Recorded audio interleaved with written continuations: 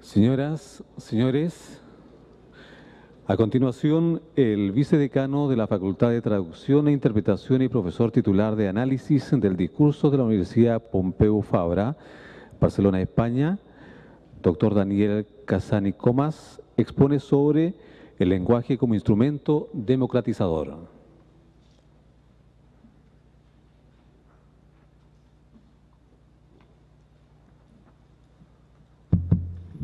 Muy bien, buenos días a todos. Señor presidente, autoridades políticas, colegas universitarios, señores, señoras, amigos, agradezco la invitación para estar aquí en este espléndido foro.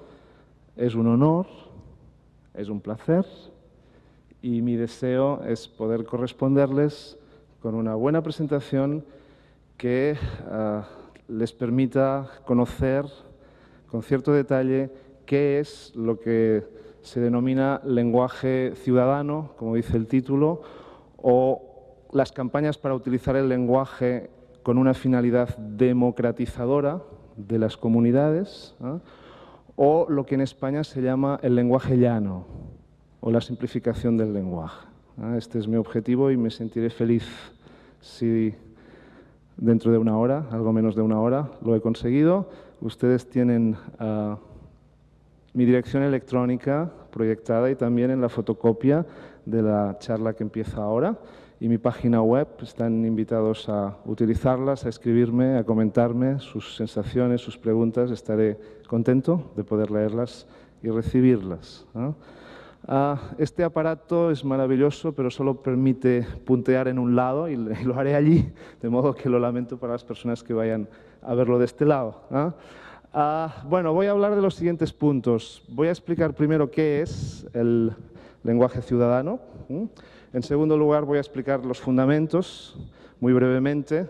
En tercer lugar, voy a explicar qué beneficios aporta, por qué nos interesa, por qué es una iniciativa que se ha desarrollado en distintas comunidades europeas, americanas, australianas. Esta es la parte central de mi charla. En concreto voy a hablar de tres aspectos, que son los beneficios relacionados con la comunicación, que significa básicamente beneficios económicos, menos costes, más eficacia, menos errores, gestión mucho más eficaz de una organización, sea una institución, sea un parlamento, sea una empresa, sea un banco. En segundo lugar, voy a hablar de la identidad. El discurso también construye identidad. O sea, cuando leemos un texto, nosotros nos imaginamos la persona que lo escribió. La relación que nosotros tenemos con una administración se construye a partir de los textos que leemos o escuchamos de esta institución. Entonces, en este segundo punto también encontramos beneficios, quizá algo menos concretos que los económicos, pero igualmente importantes o incluso más importantes porque son como más profundos. Y finalmente tenemos también una cuestión todavía más profunda, más de base, que son los valores y las actitudes. O sea, los discursos también construyen representaciones, ideas, conceptos, valores, actitudes, y intentaré mostrarles algunos ejemplos de cómo un lenguaje más llano, más simple, más ciudadano permite avanzar en el fomento, en la consolidación de valores y actitudes más democráticas. Explicaré, para terminar, qué se ha hecho en algunos lugares del mundo, en Estados Unidos, en Gran Bretaña, en Suecia, hablaré un poco también en España también, y terminaré con unas conclusiones. En el apartado 3, que es el más amplio, voy a poner varios ejemplos en español de distintas instituciones muy variadas, y los voy a comentar con detalle para que ustedes puedan ver exactamente qué significa lenguaje ciudadano. ¿De acuerdo? Y voy allá. ¿Qué es? Pues dicho de una forma muy sencilla, podríamos decir que es sustituir la burocracia tradicional por un estilo más sencillo, claro y simplificado, dicho de una forma muy, muy breve, por burocracia tradicional, no sé qué connotaciones tiene aquí en Chile la palabra burocracia, en España se juega con el burocracia, burrocracia. Es básicamente un estilo barroco, oscuro, complejo, incomprensible. Después explicaré que es un estilo heredado de una estructura política que ya no tenemos en España. y que queremos depurar para tener un estilo más relacionado con la estructura política que tenemos ahora, ¿no? Este punto se traduce sencillamente en tomar un documento que existe hoy y reescribirlo con un estilo mucho más directo, mucho más breve, ¿no? Y si uno consulta manuales de lenguaje llano, de lenguaje ciudadano, pues una cosa muy típica es el ejemplo a doble columna, en el que hay una columna, un texto original muy largo, muy complejo, que uno no entiende nunca, y luego a la derecha está la simplificación, que es como mucho más breve, mucho más simple, que uno entiende de forma directa, ¿no? E incluso sin leerlo uno ya ve el distinto tamaño que tienen los textos y dice, mira, ¿no? Entonces uno se entretiene a ver si dice exactamente lo mismo, ¿no? Si es posible decir lo mismo de una forma mucho más llana, y llega a la conclusión de que sí, ¿no? Esta operación que se ha realizado en muchos contextos, en algunos casos es compleja, porque en algunos casos implica encontrar un concepto, o sea, encontrar cómo puedes explicarle a una persona que no sabe una disciplina determinada un concepto técnico, ¿no? Por poner un ejemplo que no tiene nada que ver con el mundo jurídico, cuando saltó en este planeta la enfermedad del SIDA y se descubrió que era un retrovirus que afectaba a los linfocitos T del sistema inmunológico, se planteó el problema de decir, bueno, ¿cómo vamos a educar a la población mundial para que entienda qué tiene que hacer para protegerse de esta enfermedad? Evidentemente no podemos hablar de retrovirus y de linfocitos T y de sistema inmunológico. Entonces se desarrolló el concepto de prácticas sexuales seguras. Y todo el mundo entiende. Y todo el mundo sabe, ¿no? Entonces, a veces el lenguaje ciudadano topa con estas dificultades, que es que tienes que crear un lenguaje divulgativo para una cosa que no existía antes, en este caso, el SIDA, ¿no? En otros casos no es tan complejo porque ya han habido experiencias previas y tú puedes copiarlas, ¿no? En estos casos es relativamente sencillo, o sea, con un poco de técnica y con un poco de dedicación tú puedes reescribir buena parte de la documentación en un lenguaje llano, comprensible, que diga exactamente lo mismo y que permita ser comprendida esta información por la ciudadanía, ¿no? El problema viene después, y es que, como ven ustedes en el segundo punto, o sea, cuando tú cambias un documento, no solo cambias el documento, sino que cambias los hábitos y las actitudes de las personas que utilizan este documento. Y esto ya es extraordinariamente más difícil porque todos tenemos una gran resistencia a cambiar nuestros hábitos consolidados durante muchos años por nuestras prácticas de lectura y escritura. Les voy a poner un ejemplo. Hace ya bastantes años impartí un curso de redacción simplificada a las personas que se encargan de redactar las actas de todos los consejos de distrito en la ciudad de Barcelona. Ellos son los responsables de escribir las actas públicas de los consejos de distrito que se cuelgan en la red, ¿no? Y todo el mundo las lee, ¿no? En aquel momento no se colgaban todavía en la red.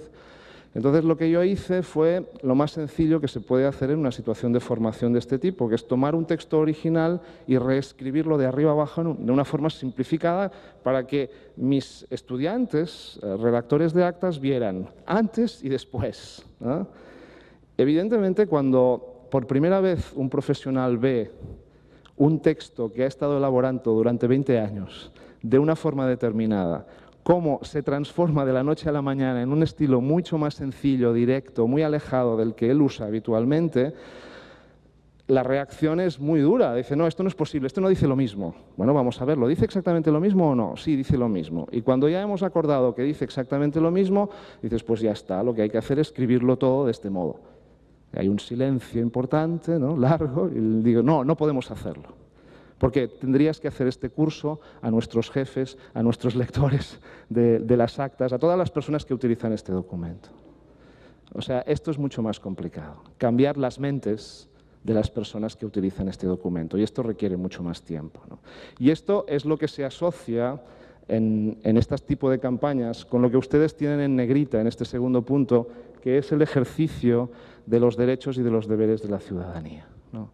O sea, cuando simplificamos un documento, no solo simplificamos la sintaxis o cambiamos una palabra difícil por otra más sencilla, sino que lo que hacemos es que el procedimiento administrativo que hay detrás, los conceptos, ¿no?, de fuero o de derechos, de posibilidades, sean mucho más comprensibles, ¿no?, para toda la ciudadanía, y cambia toda la práctica comunicativa, toda la práctica jurídica, o sea, cambia todo. O sea, es como un iceberg, ¿no? Tú solo ves una pequeña parte, que es lo que cambias, ¿no? Lo que cambias, pero luego lo que está debajo del nivel del mar también cambia, y el rechazo en parte viene de aquí, ¿no?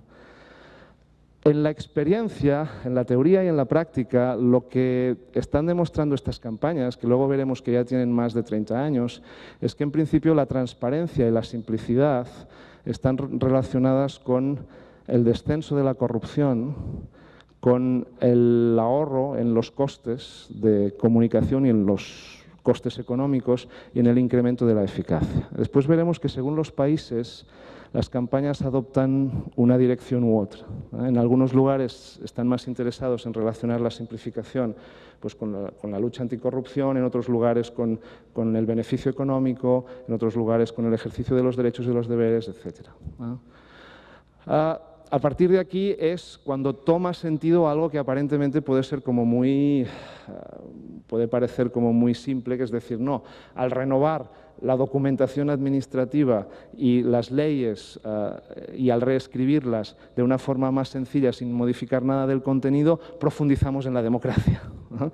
Que es la idea que hay de fondo, ¿no? Pero hay que entenderlo en todo este contexto, ¿no? También vinculado con este punto está la idea que ya presenté de que cambiamos un poco los valores que subyacen a la práctica de la lectura y de la escritura. No sé cómo será aquí en Chile, pero en España salimos de una época de muchos años de dictadura que nos ha dejado muchas huellas en términos de valores y de actitudes, ¿no? Y una de las huellas que todavía pervive de una forma clara y concreta y que emerge en determinadas situaciones es la percepción de que lo oscuro y lo difícil es mejor que lo claro y lo simple. O sea, la idea de que tú lees dos textos, hay uno que es difícil, que tienes que poner los codos, leerlo 4 veces, subrayar con rotuladores y al final lo entiendes, y otro que dice prácticamente lo mismo con un lenguaje mucho más llano que lo entiendes a la primera y no, tú lo entiendes pero te quedas con la sensación que el primero es mejor en España. El primero es mejor, dice cosas más profundas, más técnicas, más científicas, ¿no? El segundo va más tal, ¿no? No hay ningún fundamento biológico, natural, para entender que esto tenga que ser así. Es un valor cultural. Es el resultado de 40 años de interacción en una comunidad de dictadura donde no podíamos hablar y donde la idea era que el que hablara de modo que no entendiera. Y donde el valor era este, ¿no? Y a partir de aquí el valor queda impregnado en la comunidad, ¿no?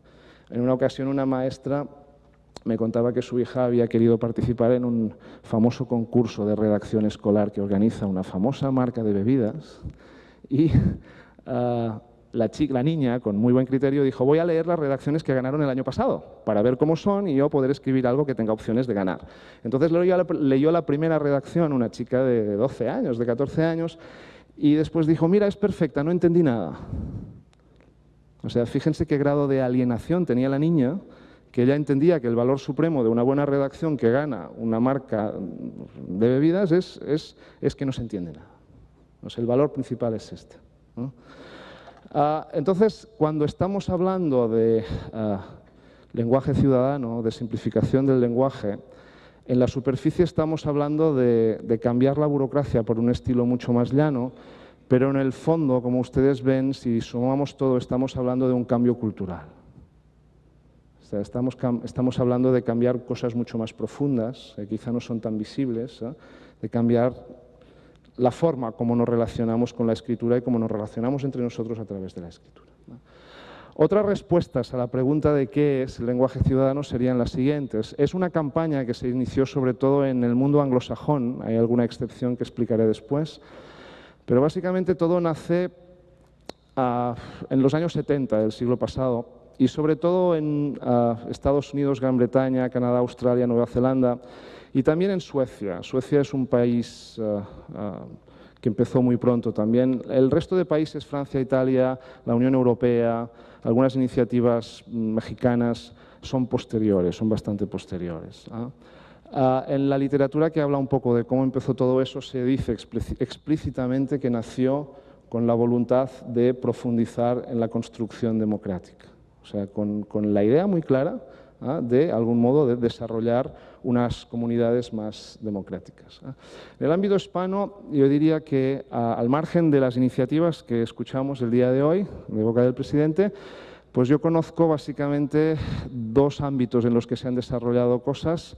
En la España democrática, o sea, cuando hubo el cambio político en España, yo creo que había una percepción muy clara de que había que cambiar el lenguaje de la dictadura y había que construir un lenguaje nuevo, ¿no? Esto era mucho más evidente en el caso de las administraciones autonómicas, que tenían que recuperar todas las lenguas que hablan el 43% de la población española que no tiene, como yo, el español de lengua materna. Y que se quieren una comunidad democrática, evidentemente yo tengo que tener los mismos derechos que el 57% de la población y en consecuencia tengo que tener también acceso a determinadas informaciones en mi lengua materna, etcétera, ¿no? En el año 2004 la Secretaría de Función Pública de México lanzó la campaña del lenguaje ciudadano, que es una campaña dentro de estos parámetros también. Después hablaremos un poco más de este tema. Es un ámbito de investigación, o sea, dentro de lo que es la interficie entre lengua y derecho, la lingüística forense, lo llaman los británicos, los norteamericanos, ¿no? Hay un ámbito de investigación que es lo que se llama la simplificación del lenguaje. El plain language, lo llaman, plain language, primero se llamaba plain English, pero saltaron los quebequeses de Canadá y dijeron que claro, que ellos hablaban francés y que había que cambiar, entonces se habló de plain language, ¿no? En España las denominaciones más habituales son lenguaje llano y simplificación del lenguaje. Es lo que uno encuentra habitualmente. El lenguaje ciudadano allí no se utiliza.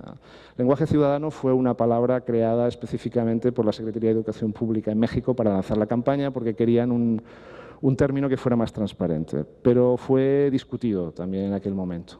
Pero bueno, aquí están. También hay encuentros específicos de este ámbito que, como cualquier ámbito interdisciplinario, está más dominado por abogados que por lingüistas. Ustedes están escuchando a un lingüista, pero, o sea, yo no fui a una universidad de Francia donde en julio hubo un encuentro y en Washington hay el más importante en noviembre ahora, el del mundo. Es un foro dominado sobre todo por juristas. También hay lingüistas y hay otro tipo de profesionales de otras disciplinas, pero es un foro mucho más de lingüistas. Bueno, ¿cuándo podemos decir que un lenguaje es ciudadano, que un texto es llano? Esta es una buena pregunta, ¿no? ¿Cuándo se puede decir que un texto es llano? Pues hay una respuesta que está sacada de los canadienses que pone estas 4 condiciones que ustedes tienen aquí.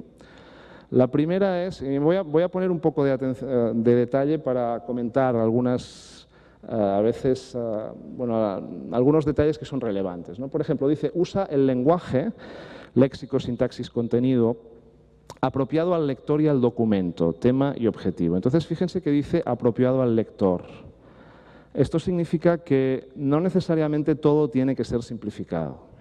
Esto es muy importante, porque la primera reacción que tienen muchas personas cuando escuchan este discurso es decir, bueno, esto es la vulgarización y el empobrecimiento del lenguaje. ¿No? Esto va a significar que tengamos que hablar siempre todos como si estuviéramos en la calle conversando, ¿no? Y no es este el principio. O sea, la idea es, si tú eres físico nuclear y te vas a un congreso y tienes que presentar tus investigaciones de física nuclear, o tú trabajas en derecho civil y tienes que presentar pues, los últimos cambios que ha habido en Chile con relación al matrimonio, etcétera, etcétera, y tienes que ir con tus colegas a hablarlo, tú utilizas el lenguaje técnico específico de la disciplina. Porque tu lector es disciplinario, es de la disciplina, es técnico, ¿no? Y si no utilizas el lenguaje que la disciplina del derecho civil ha elaborado para referirse a estos conceptos, pues mal, porque el lector no va a entender tan bien como si lo utilizaras. Y tú también no podrás expresarte tan bien, ¿no? Entonces, estamos hablando de simplificar el lenguaje y los documentos que se dirigen a las personas que tienen que usar estos documentos. O sea, tiene sentido decir, el derecho penal y el derecho civil chileno tendrían que estar escritos de modo que toda la ciudadanía chilena los comprendiera, porque es que si no, no sé cómo van a poder respetarlos y seguirlos, ¿no? O la española, evidentemente, ¿no? Pero quizá no toda la documentación legislativa o toda la documentación parlamentaria o de una institución tenga que ser simplificada. O sea, hay que distinguir distintos tipos de audiencia y adaptar cada documento a las necesidades que tiene esta audiencia, ¿no? Y en segundo lugar, al documento. O sea, evidentemente cambia según los temas y los objetivos pueden significar grados de simplificación variados o no simplificación. En segundo lugar, tiene un diseño racional que permite hallar lo importante enseguida. O sea, esta idea que hemos heredado en España también de que en la letra chica se esconden los puntos importantes, que es donde te engañan. En los bancos, por ejemplo, cuando vas a pedir una hipoteca, decir, no, lo importante son las notas que están a pie de página en tamaño 6 o en tamaño 8, ¿no? Que prácticamente te estropeas la vista leyéndolos. Pues no, evidentemente. O sea, hay que rediseñar toda la documentación de modo que lo más importante ocupe la posición más importante, siempre. Y muchos documentos no están diseñados de este modo, sino que siguen una estructura muy lógica, una estructura muy epistemológica, ¿no? Por ejemplo, una sentencia judicial. Si lo más importante es la sentencia del juez, pues muy probablemente la sentencia tendría que estar en el lugar más importante, y el lugar más importante es el principio del documento. O sea, habría que reestructurar el documento de otro modo, porque el documento, o sea, no tiene ningún sentido que se estructure epistemológicamente siguiendo una argumentación judicial, técnica, si el documento va para el lector, que es el ciudadano, que quiere saber qué es lo que resuelve el juez, ¿no? En tercer lugar, muy importante y muy práctico, se entiende con una sola lectura. O sea, cuando estamos leyendo un documento, ¿no? Tú estás leyendo y te cuelgas, perdonen la expresión coloquial española, no sé si ustedes me entienden, me siguen, te cuelgas, o sea, llega un momento que dices, ¡ay! ¿Qué pasó aquí? ¿No? Consideran, y dices, ¿quién considera? Y tienes que regresar. O sea, cuando llega un momento que estás leyendo y no te enteras y tienes que empezar a releer, significa que o sea, vamos a ver, si no ha ocurrido algo externo, si no ha habido, por ejemplo, el teléfono que ha sonado, o no ha habido un ruido, o no te han dicho algo, o sea, si no ha ocurrido ninguna circunstancia externa que te molestara y tú estás leyendo atentamente y no lo entiendes, significa que este documento no es llano, no es simplificado. O sea, en principio los documentos tienen que entenderse con una sola lectura atenta, ¿eh? Otra cosa es que nosotros no prestemos la atención por causas diversas, entonces podamos releer. Pero lo cierto es que cuando tú tienes que releer 2, 3 veces 7, 8 puntos diferentes de un documento porque no se entienden, acabas abandonándolo. O sea, acabas diciendo, mira, no, lo dejo. Entonces, lo que quiere evitar el lenguaje llano precisamente es que no ocurra esto, evidentemente. Y el último punto muy importante es el lenguaje ciudadano, el lenguaje llano cumple los requisitos legales necesarios para cada ámbito, para cada documento, de modo que en ningún modo estábamos hablando de modificar ninguna legislación sobre cómo se redacta, ninguna tradición, por ejemplo, sobre cómo hay que citar las leyes, de ningún modo, ¿eh? O sea, lo que se pretende es ser muy escrupuloso y sencillamente dentro del margen que ofrece la tradición poder presentar los documentos de un modo muy llano, ¿eh? Fundamentos. Solo tenemos una transparencia, pero me parece muy importante. Hay 2 fundamentos básicos, que son los que ustedes tienen aquí con el número 1 y 2. El primero es que el lenguaje está directamente relacionado con la construcción de la comunidad, ¿eh? Y la segunda idea es que el lenguaje actual es una herencia del pasado, ¿eh? Y voy a explicarlo con un cierto detalle porque son de algún modo los fundamentos lingüísticos, epistemológicos que hay detrás de este tipo de campañas, ¿no?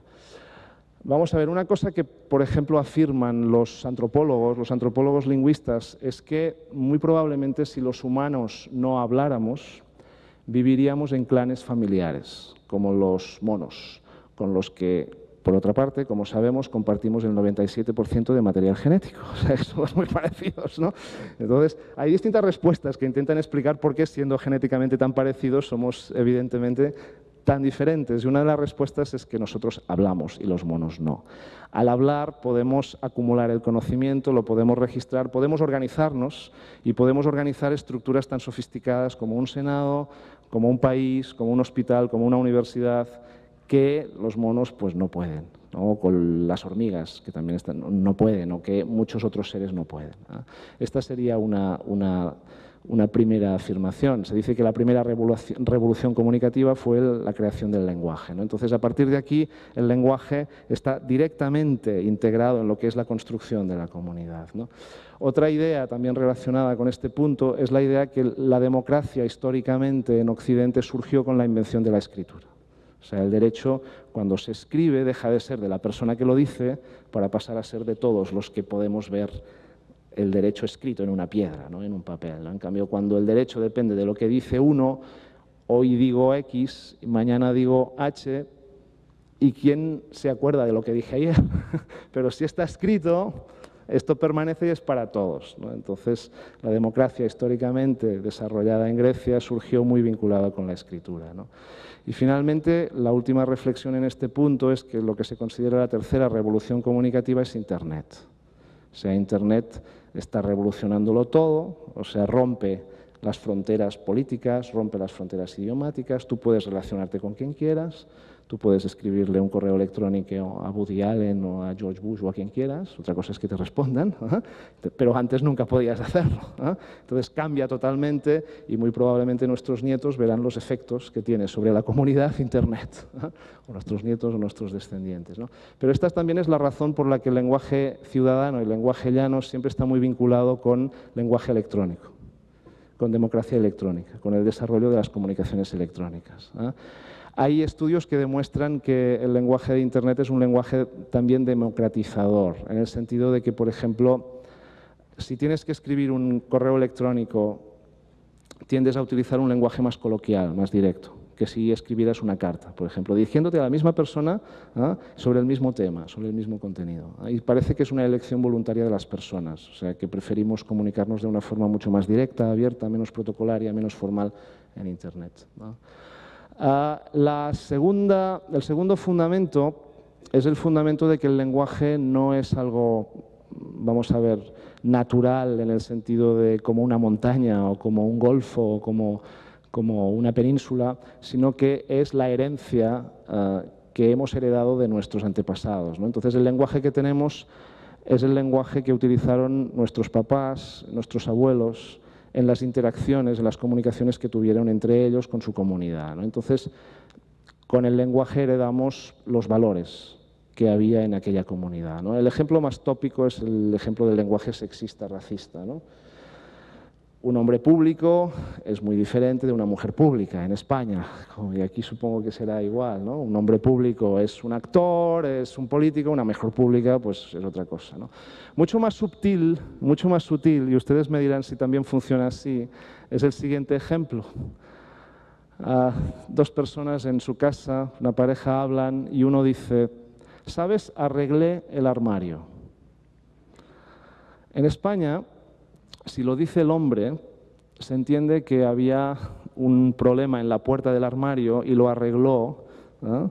Con un toisón, con un clavo, etc. Si lo dice la mujer, significa que puso las toallas ordenadas, que organizó las camisas, ¿no?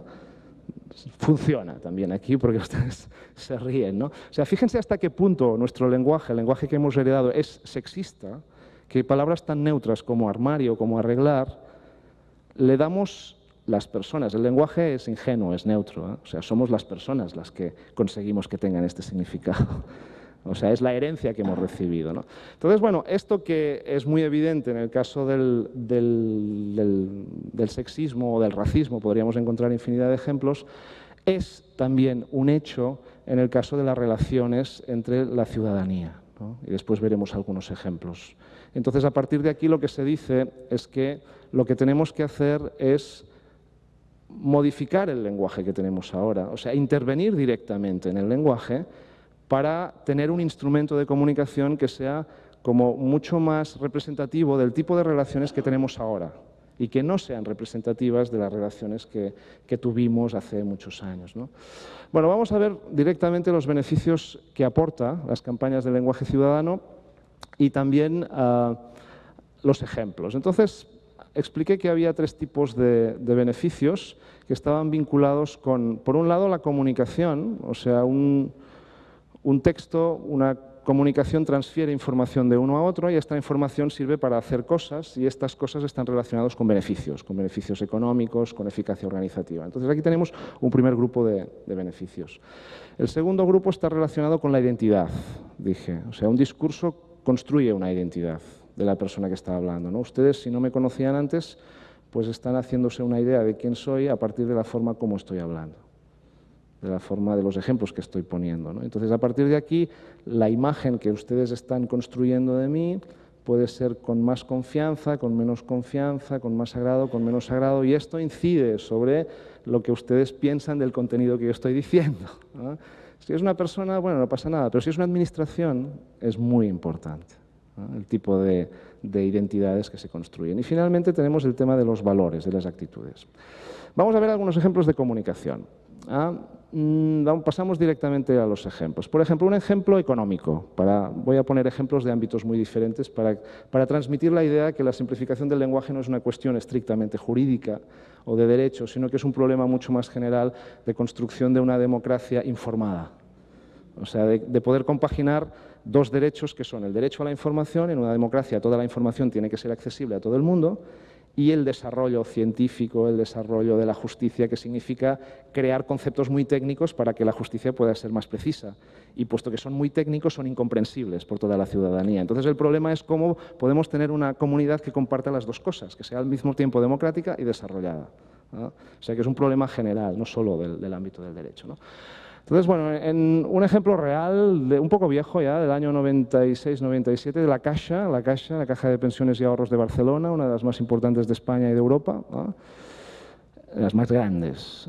Entonces, en una ocasión yo escuché al director de auditoría interna de este banco que había hecho un estudio de costes de lo que le costaba a la empresa un informe de auditoría interna, o sea, un informe en el que dos expertos auditores contables, informáticos o de otros ámbitos se van a una oficina del banco a analizar si aquella oficina cumple con todos los requisitos establecidos por las normas de procedimiento de la empresa, ¿no? Entonces, el directivo lo que había hecho es una cosa muy sencilla, que es tomar la plantilla de auditores que tiene en el banco, el coste que tienen los sueldos, hacer la suma completa, tomar el número de informes de auditoría que este cuerpo de auditores produce durante el año y hacer una división. Y el resultado es que el informe de auditoría interna medio, entre 3 y 30 páginas, le costaba a esta entidad financiera 16.200 euros cada uno. O sea, y este coste no se traducía en eficacia, porque muchas veces los informes no los comprendían las personas que tenían que comprenderlos, que eran las personas que tenían que tomar decisiones, que no eran tan especialistas en auditoría, por ejemplo, como las personas que hacían el informe, ¿no? O sea, no funcionaban. Entonces, lo que había que hacer es decir, oye, que tales personas no entienden el informe, entonces vamos a organizar una reunión, que vengan los auditores que hicieron el informe, que me expliquen en lenguaje llano qué es lo que dice y yo puedo tomar la decisión. Entonces, fíjense que el coste se incrementaba porque tendríamos que computar el tiempo de las reuniones, etcétera, etcétera, por todas las personas que participaban en ellas, ¿no? Entonces, es a partir de aquí cuando también empresas privadas o empresas que tienen menos vocación pública o menos vocación de construcción democrática, lo que hacen es plantearse simplificar el lenguaje para mejorar beneficios, para ahorrar, para ganar eficacia, ¿eh? Y esta es la razón por la que muchos bancos, sobre todo, y muchas aseguradoras, desde hace ya mucho tiempo han desarrollado también campañas de simplificación del lenguaje con un enfoque más económico, ¿eh? Otro ejemplo, para poner un ejemplo muy variado, es el de la hoja de salario. No sé cómo lo llaman ustedes. La nómina, o sea, la hoja que recibimos los trabajadores cada mes, donde se especifican lo que cobramos, las deducciones, etc. La liquidación de sueldos. Bueno, este es un ejemplo de una universidad española, ¿no? En la universidad había una persona cuyo trabajo en personal académico era exclusivamente atender las llamadas de los docentes que llamábamos cada inicio de mes para pedir aclaraciones de la hoja de sueldo porque no la entendíamos y no entendíamos porque nos habían bajado el sueldo, porque nos habían subido las deducciones y no lo entendíamos y entonces teníamos que llamar. Y había una persona a tiempo completo, dedicada solo a eso. Y dices, bueno, ¿los profesores universitarios somos estúpidos y no podemos entender una hoja de salario? El tema de la hoja de salario es extraordinariamente complejo y no permite ser comprendido por una mente de una ciudadanía normal. No, claro que no. O sea, basta hacer un diseño simple donde esté toda la información y educar a las personas para que podamos leerlo y ya está, ¿no? Y aquí podemos ahorrarnos el sueldo de esta persona cuyo trabajo puede dedicarse a otro aspecto, no solo a eso, ¿no? Las compañías españolas de agua, gas, teléfonos están haciendo muchos esfuerzos ahora para simplificar todas las facturas y unificarlas, incluso electrónicamente, que llegan a la ciudadanía. Y también hay vinculaciones claramente más económicas, democratizadoras también. Aquí tienen un ejemplo real. No sé si alcanzan a leerlo. En la documentación escrita sí que podrán leerla. Este es un texto del Instituto Cervantes de España. El Instituto Cervantes es la institución cultural española que se encarga de difundir la lengua y la cultura española en el extranjero. Entonces, fíjense ustedes que está escrito en el lenguaje típico de la burocracia española, ¿no? De acuerdo con lo establecido en el artículo 21, apartado 4 de la Ley 23/2001 del 27 de diciembre de Presupuestos Generales del Estado para el año 2002, adjunto se remite, bla, bla, bla, bla. O sea, fíjense que hay... O sea, la citación de las leyes va al principio. Fíjense que hay verbos impersonales, se remite. Hay, a continuación de existencia, hay muchos sustantivos que son más abstractos. Fíjense ahora en la versión llana. Le adjunto la propuesta de cobertura de varios puestos en el extranjero sujetos a la legislación española para que la autoricen los ministerios de Administraciones Públicas y Hacienda. Fíjense que hay frases cortas, que el estilo es mucho más directo, que utilizamos verbos en primera persona. O sea, en la versión original todo es como mucho más abstracto, no hay sujetos concretos que se dirijan a sujetos concretos, todo es impersonal. Entonces es mucho más difícil entenderlo para una persona que no esté acostumbrada a leer este tipo de documentos, ¿no? En la versión de la derecha es mucho más cercano al lenguaje de la calle.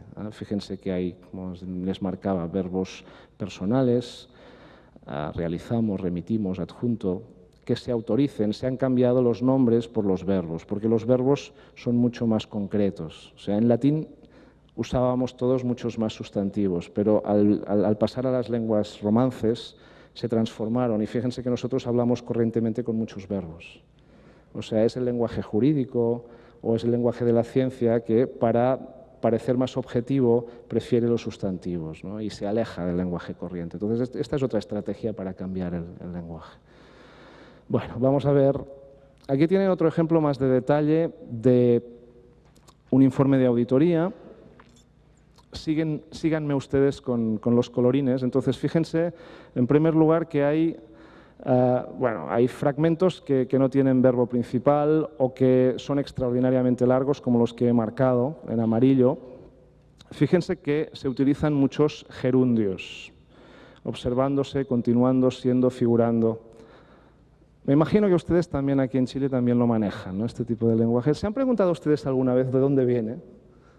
O sea, porque uno no va habitualmente por la calle diciendo, resultando que está nublado, considerando que ya son las 13:17, pues podemos ir a comer, no, podemos ir a almorzar, ¿no dirían ustedes? O sea, uno no habla de este modo.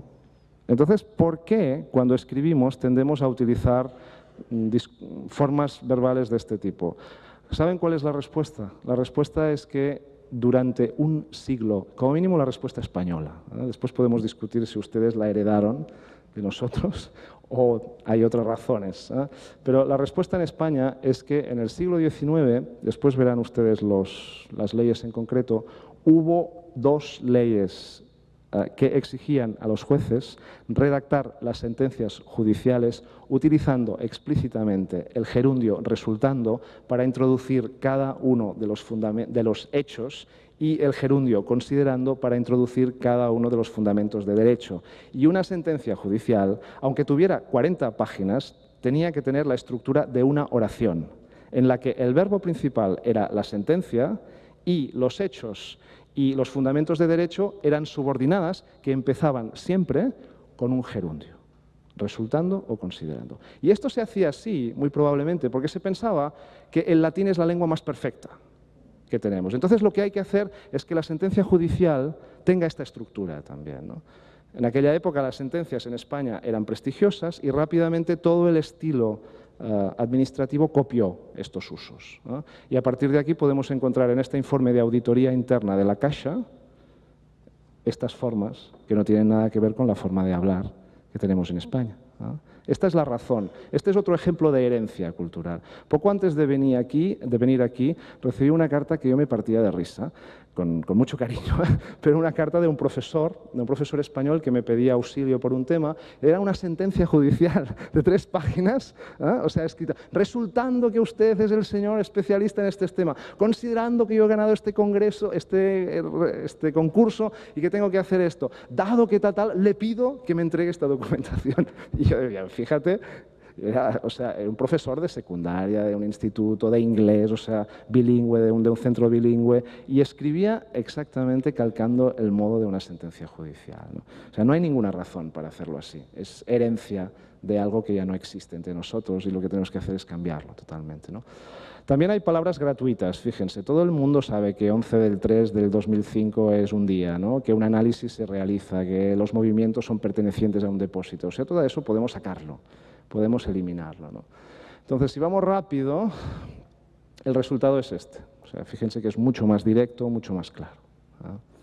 Esto es básicamente simplificar el lenguaje, ¿no? Se empieza por modificar el hielo visible, pero luego lo que hacemos es cambiar toda la profundidad de cómo se maneja este documento, ¿no? Vamos a ver otros ejemplos vinculados con la identidad.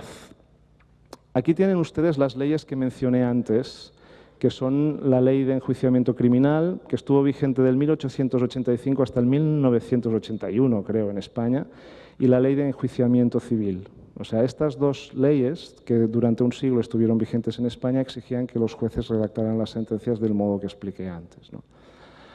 Otras formas de herencia que hemos recibido, bueno, tenemos el lenguaje sexista que yo comenté, y otras formas son, por ejemplo, los tratamientos que en España se han erradicado totalmente. O sea, en España solo hay señores y señoras, tenemos reyes, su majestad también y las infantas, ¿no?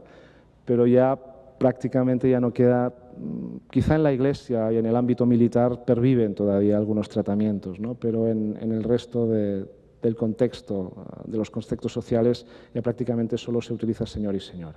Puedes encontrar todavía algún documento que hay una ilustrísima, excelentísima, etcétera, etcétera, pero es algo del pasado. Entonces, vamos a ver directamente el ejemplo. O sea, claro, el lenguaje me interesa... Uy, perdón. No, por ejemplo, vamos a hablar un poco de algunas cosas vinculadas con el tratamiento. Por ejemplo, una cosa que aparecía mucho en el lenguaje burocrático, en el lenguaje administrativo español heredado, era unas actitudes por las que tú, ciudadano, cuando te dirigías al funcionario, tenías que alabarlo, ¿no? Usted, excelentísima persona, espero que tenga el agrado de concederme, ¿no? O sea, tenías que hasta cierto punto humillarte, o sea, pedirle, ¿no? Que te diera, tú eras un humilde ciudadano que no merecías nada y lo que esperabas de él es que te diera la gracia, etcétera, etcétera, ¿no? Y esto se puede rastrear en la documentación, ¿no? O sea, es evidentemente la herencia de una estructura política. Ya ven ustedes, donde se consideraban que los derechos eran, bueno, dones que te daban, ¿no? Claro, en un contexto en el que el funcionario es un servidor público que pagamos todos, ¿no? Para que nos sirva a nosotros, evidentemente cambiar todas estas actitudes, todas estas expresiones halagadoras y humillantes es imprescindible, ¿no? Y aquí nos encontramos con el tema de la imagen. Vamos a ver un ejemplo del Ayuntamiento de Barcelona. Ahora, un tema interesante que está muy relacionado con lo que es la calidad de servicio y con lo que es el lenguaje ciudadano también. Les voy a poner un poco de antecedentes porque también es un buen ejemplo de cómo se utilizan estas campañas. El Ayuntamiento de Barcelona, inspirado en el de Estocolmo, que es uno de los que, como Suecia, ¿no? Pues van más avanzados, decidió desarrollar un programa de calidad de servicio, de atención al ciudadano.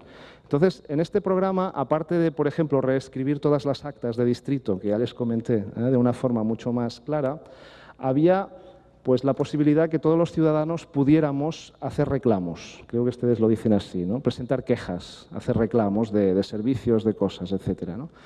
Entonces había un servicio de atención a los reclamos, ¿no? De respuesta. Entonces aquí tenemos una señora, la señora Aramón, que se quejaba al Ayuntamiento de Barcelona de que su marido había fallecido ya hacía 3 meses y ella seguía recibiendo la correspondencia municipal de su casa a nombre de su difunto marido, cuando ella ya había avisado que cambiaran el nombre. Entonces esto a ella le causaba muchas comprensibles molestias, ¿no?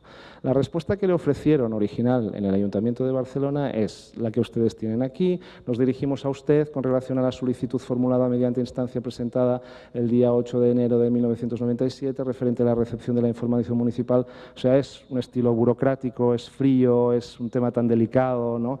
Es un número. O sea, mi caso es un número más, ¿no? O sea, esto no es atención de servicio, no es lenguaje llano tampoco, ¿no? Esta es la opción que reelaboramos, ¿no? Señor Aramón, comprendemos su carta, fíjense, carta a solicitud, ¿no? Ya pasamos de un registro mucho más específico a uno mucho más humano, en la que nos comunica que todavía recibe la información municipal, ¿no? Decimos específicamente, le pedimos disculpas, que es una cosa que antes no se hacía. O sea, se entiende que una gestión administrativa no es un número. También hay emociones y hay personas allí que merecen ser atendidas, ¿no?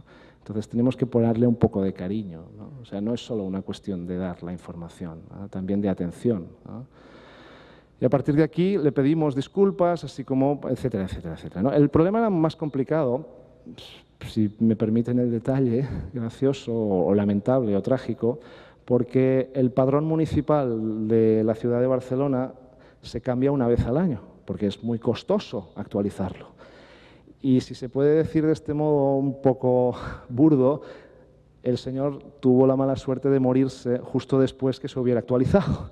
Entonces, lamentablemente esta persona no va a encontrar satisfacción, pues porque no... O sea, se le tiene que decir de muy buenos modos que muy probablemente va a seguir recibiendo la correspondencia hasta durante ciertos meses porque no hay forma de cambiarlo, ¿no? Pero bueno, es un buen ejemplo de los problemas que generan los programas de atención, ¿no? Bueno, vamos a seguir con el último apartado. Si me estoy consumiendo demasiado tiempo, les agradeceré que me avisen, ¿no? Porque aquí pierdes un poco la noción. Bueno, vamos a hablar un poco de concepciones y valores que subyacen, ¿no? Entonces, bueno, aquí tienen ustedes algunas de las ideas que transmitió el lenguaje administrativo, el lenguaje parlamentario, el lenguaje público español, ¿no? Ideas como los términos cultos o técnicos tienen más prestigio, o sea, es mejor decir idiosincrasia de un objeto que decir naturaleza de un objeto, ¿no? Por ejemplo, es mejor siempre la palabra más compleja, ¿no? Lo que cuesta de entender tiene más valor, el estilo barroco florido es más bello, ¿no? Esta es una idea que emerge mucho cuando, por ejemplo, en mi experiencia como formador de comunicación con abogados o con economistas o con informáticos, ¿no? Llega un momento que dicen, no, pero es que yo lo escribí de este modo porque era más bello, ¿no? Porque es más bonito, ¿no? Dices, no, es que no buscamos belleza. O sea, si tenemos dos opciones que son igual de eficaces, igual de claras, pues podemos elegir la más bella, pero en principio la belleza no es una prioridad en el tipo de ámbito en el que nos encontramos, ¿no? O sea, hay que separar lo que serían estos valores, ¿no? Otra idea también muy clara es no se puede explicar todo de modo llano, es imposible, ¿no? O sea, la idea de que no podemos decir esto de otro modo, toda la vida se ha dicho así, no puede ser dicho de otro modo, ¿no? O la idea que ya comenté de halagar al funcionario y de algún modo considerarse uno un servidor, ¿no? Vamos a ver un ejemplo científico para cambiar un poco, ¿no? Y ver, porque me parece interesante también que tomemos conciencia de otras disciplinas o de otros ámbitos que quizá no son estrictamente los nuestros, pero que también tienen las mismas dificultades, ¿no? Entonces ustedes van a ver un panel, un rótulo, no sé cómo lo llaman aquí, en una exposición cuando hay un rótulo informativo, un panel, ¿cómo lo llaman? Un panel, ¿no? Pues un panel informativo de una exposición que tuvo lugar el año pasado en Monterrey, México, una exposición de arqueología de aquellas maravillosas esculturas antropomórficas mexicanas, precolombinas, aquellas que hay en el estado de Veracruz y que sonríen y que supuestamente son las primeras manifestaciones del ser humano sonriendo que hay en la historia del arte, ¿no? O sea, una exposición fantástica, ¿no? Entonces había pues todo un conjunto de figuritas pequeñitas, ¿no? Donde tú veías en la piedra pues las representaciones humanas que estaban sonriendo y también veías que estaban deformadas en el cráneo y que aparecían los dientes, ¿no? También que estaban deformados, ¿no? Entonces la exposición era fantástica y tú llegabas a una sala y te encontrabas con este texto. La mutilación dentaria se presenta en algunas sonrisas. Cuando se tuvo, fue de tipo A4 o B4. En más del 90% de los ejemplares que la presentaban fue de tipo A4 misma, del mismo tipo A4, que consiste en el limado de los incisivos laterales y los caninos. Bla, bla, bla, no voy a leerlo todo, ¿no?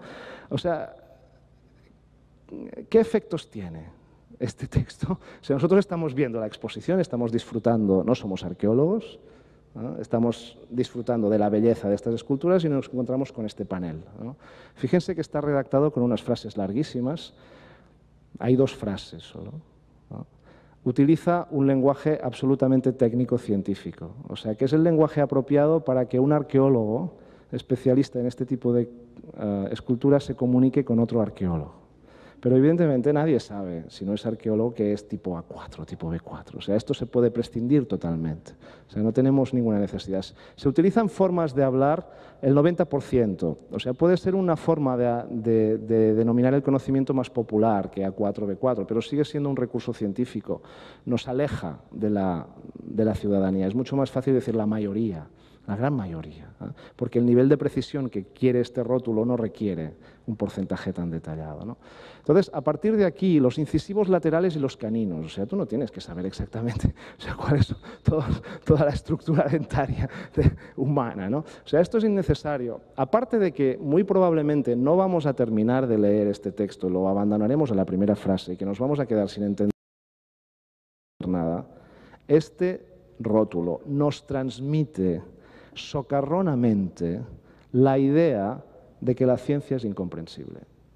La arqueología es muy difícil, yo no la voy a poder entender nunca. No me interesa, de modo que voy a dejarlo. O sea, el texto transmite valores y cuando se van acumulando, porque vas leyendo muchos textos de este tipo, evidentemente te quedas con la idea, no, la ciencia es imposible, ¿no?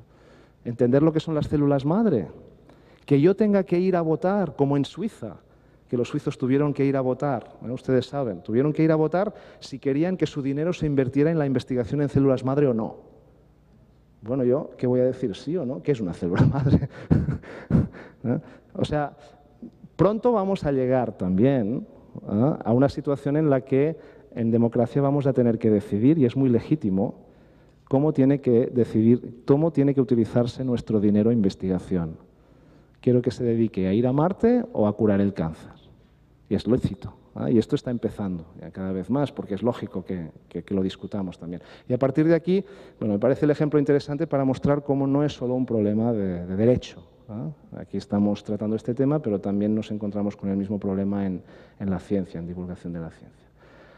Bueno, hay un vecino suyo ilustre del siglo pasado que lo dijo de este modo, muy argentino, claro. Pero cuando usted no entiende una cosa, pregunte hasta que la entienda. Si no la entiende, es que le están robando. O sea, y cuando usted entienda eso, o sea, que le están robando, intentando que no lo entienda, es que has empezado a entender cómo funcionan las cosas en el orden inmaterial de los conceptos económicos y financieros. Vamos a ver muy brevemente, si tengo tiempo, qué se ha hecho en distintos lugares, ¿de acuerdo? Para terminar. En Estados Unidos es interesante porque ves cómo en distintos contextos las campañas han surgido para atender distintos objetivos y también con características diferentes, ¿no? Entonces, en Estados Unidos la literatura técnica dice que todo empezó en los años 70, finales de los 60, principios de los 70, cuando empezaron a existir asociaciones de defensa del consumidor. O sea, no sé cómo lo llaman aquí, asociaciones que defendían los derechos del consumidor, que tú pagas, ¿no? Entonces, mira, que me han timado, acabo de comprar un coche, esto no funciona, quiero reclamar, ¿no? Bueno, ¿cómo lo haces, no?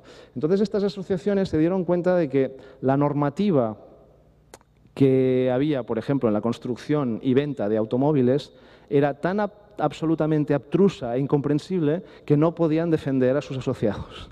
O sea, era imposible intentar que alguien que había comprado un auto y que quisiera reclamar pudiera de algún modo formular una queja. Entonces, a partir de aquí exigieron al gobierno que empezara a, de algún modo, elaborar toda una documentación que fuera comprensible. Y se dice que este es uno de los inicios.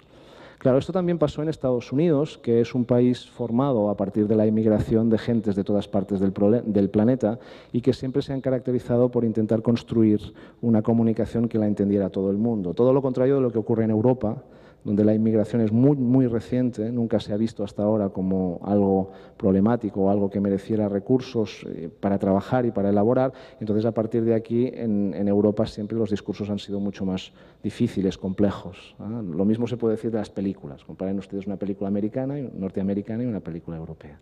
Es el mismo ejemplo, ¿no?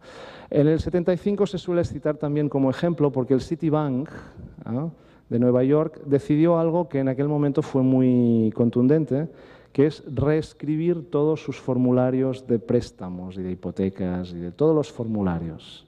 Los reescribió en un lenguaje llano. Entonces, cuando se realiza una actividad, o sea, cuando una empresa, una institución dice vamos a reformularlo todo de una forma llana, suelen surgir voces de todo tipo, ¿no? Entonces hay unos que dicen, no, es imposible, no podemos hacerlo, porque no vamos a poder decir lo mismo, será el caos, vamos a tener muchos reclamos, nadie entenderá todo, ¿no? Y personas que dicen, sí, vamos a hacer el esfuerzo, todo será mucho más tranquilo, vamos a ahorrarnos gestiones, ¿no? Hacer una reformulación de todos los documentos es muy costoso. Hay que pagar especialistas que lo hagan, hay que reimprimirlo todo, hay que redistribuirlo todo, hay que educar a todos para manejar estos textos de otro modo, ¿no? ¿Cómo se recuperan estas inversiones en la empresa? ¿Con qué tiempo? O sea, no es una cuestión sencilla, ¿no? Entonces se hizo en el 75 y se descubrió que fue un éxito. O sea, se ahorraron pues, muchos esfuerzos en la gestión de las tramitaciones, hubo beneficios, en concreto pues, en la repartición de los recursos humanos. Todos los clientes encontraron que eran muchos mejores los formularios, etc.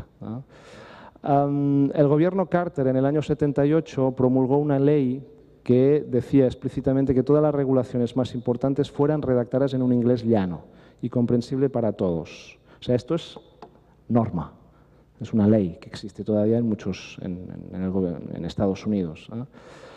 Y en el periodo 75-85, muchos estados adoptan normas de legibilidad, que es una forma de cuantificar cómo de llano y comprensible es un documento, ¿no? En Estados Unidos, según mi experiencia, la simplificación del lenguaje está muy asociada con el beneficio económico y con la eficacia. O sea, los manuales en Estados Unidos hablan siempre de decir, y haciendo esto ahorré tantos dólares, ¿no? Y reescribiendo esto tuve estos costes de publicación y tal, y en cambio después ahorré en recursos humanos y tal, y las quejas disminuyeron este porcentaje, ¿no? O sea, hay este enfoque, ¿no? En Gran Bretaña hay un libro divertidísimo que explica la historia y empezó a finales de los 70 de una forma muy lúdica. Hubo un grupo de personas que tomaron el tema como algo para dedicarle una vida. Entonces decidieron darle un enfoque más lúdico y empezaron a hacer actividades mucho más populares. O sea, es una aproximación muy diferente a cómo consigues construir un cambio cultural en una comunidad, ¿no? Empezaron a hacer cosas como, por ejemplo, fiestas, pasacalles, ¿no? Actividades muy populares donde había música, donde había teatro, ¿no? Y crearon un monstruo contra el que querían luchar todos, que era el monstruo burocrático. O sea, construyeron un monstruo, ¿no? Y todo un conjunto de actividades. Otra de las cosas que hicieron, por ejemplo, fue premios. Premio anual a la institución caracterizada por un lenguaje más comprensible. Premio anual a la institución caracterizada por el lenguaje más oscurantista e inamovible, ¿no? Periódicamente, ¿no? En televisiones públicas, ¿no? Hasta el punto que en el año 90 crearon el Crystal Mark, ¿no? Que es lo que ustedes van a ver ahora.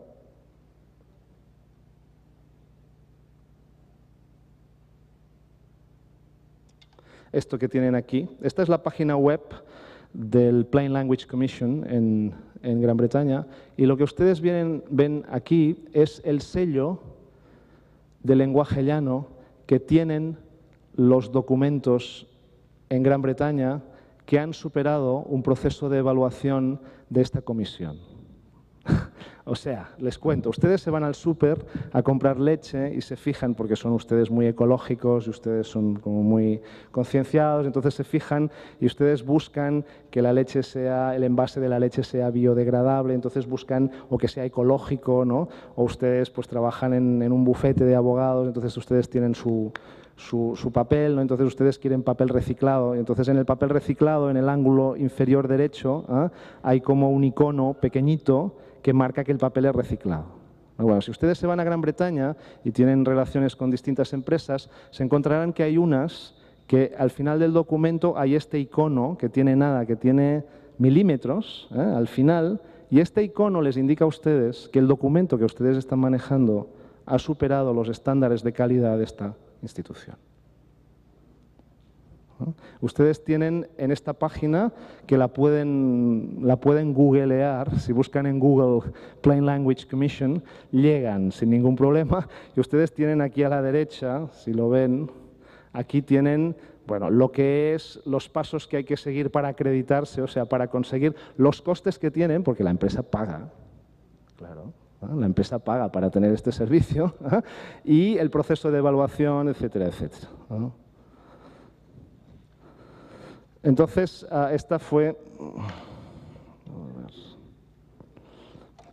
esta es una de las iniciativas en Gran Bretaña. En España, para terminar, ya termino, el desarrollo nace muy vinculado con el cambio político. O sea, hubo una...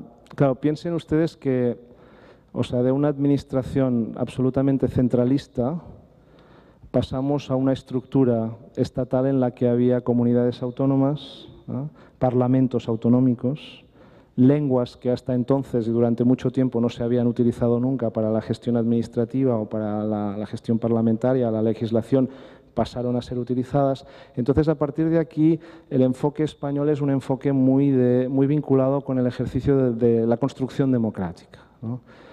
Se ha desarrollado en todas las lenguas, incluso a veces está más desarrollado, por ejemplo, en euskera o en catalán que en español.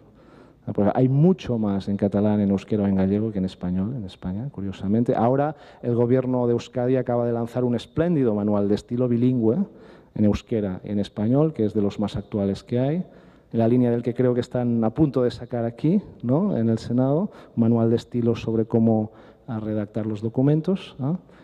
También está muy vinculado con la formación, y una idea que me parece importante es esta, que es bastante diferente de la que encuentras en otros lugares, que es que en España el lenguaje llano está muy vinculado con otros conceptos, que es con el concepto de normalización, estandarización. Entonces, buscar un lenguaje que sea muy equiparable al francés, al inglés, o sea, que sea internacional. Y también con un tema que no lo puse aquí con la palabra adecuada, pero que sería el tema de buscar un lenguaje hispano propio, genuino, de la propia cultura, de la propia lengua, para luchar contra el colonialismo lingüístico británico. Que esto es, cuando lo dices en un foro internacional, los británicos alucinan, perdonen por la expresión, porque claro, ellos no se plantean estas cuestiones, ¿no? Pero claro, nosotros en España, cuando nos planteamos un lenguaje llano, nos planteamos un lenguaje español. Hispano, castellano, catalán, euskera, pero nos planteamos no utilizar palabras inglesas, sino utilizar términos específicos genuinos en español, ¿no? Y utilizar un lenguaje estándar y un lenguaje no sexista. O sea, construir un instrumento de comunicación que sea auténticamente democrático. Y que sea claro es una cualidad de este instrumento, pero no la única, hay muchas otras, ¿no?